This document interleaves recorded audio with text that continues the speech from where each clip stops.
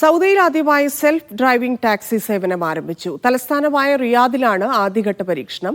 ഗതാഗത മന്ത്രി സാലിഹ് അൽ ജാസർ പദ്ധതിയുടെ ഉദ്ഘാടനം നിർവഹിച്ചു. സൗദിയിൽ ആദ്യമായാണ് സെൽഫ് ഡ്രൈവിംഗ് ടാക്സി പദ്ധതി നടപ്പാക്കുന്നത്.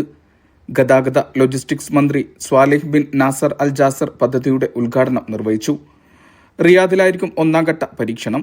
ഇതിനായി 13 പിക്കപ്പ് ഡ്രോപ്പ് ഓഫ് ബൂത്തുകളാണ് തയ്യാറാക്കിയിട്ടുള്ളത്. ആഭ്യന്തര മന്ത്രാലയം, SDAIA, സർവേ, ഭൂപട അതോറിറ്റി, ഗുണനിലവാര അളവ് വകുപ്പ്, വിവിധ സ്വകാര്യ കമ്പനികൾ എന്നിവയുടെ സഹകരണത്തോടെയാണ് പദ്ധതി.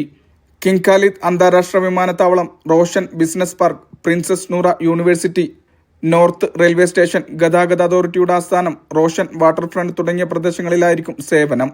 പരീക്ഷണഘട്ടം വിജയകരമായി പൂർത്തിയാകുന്നതോടെ പദ്ധതി രാജ്യത്താകെ വ്യാപിപ്പിക്കുകയാണ് ലക്ഷ്യം. 1 വർഷം നീണ്ടുനിൽക്കുന്നതായിരിക്കും ആദ്യഘട്ട പരീക്ഷണം. Mishal Cherpulassery, media 1, Riyadh.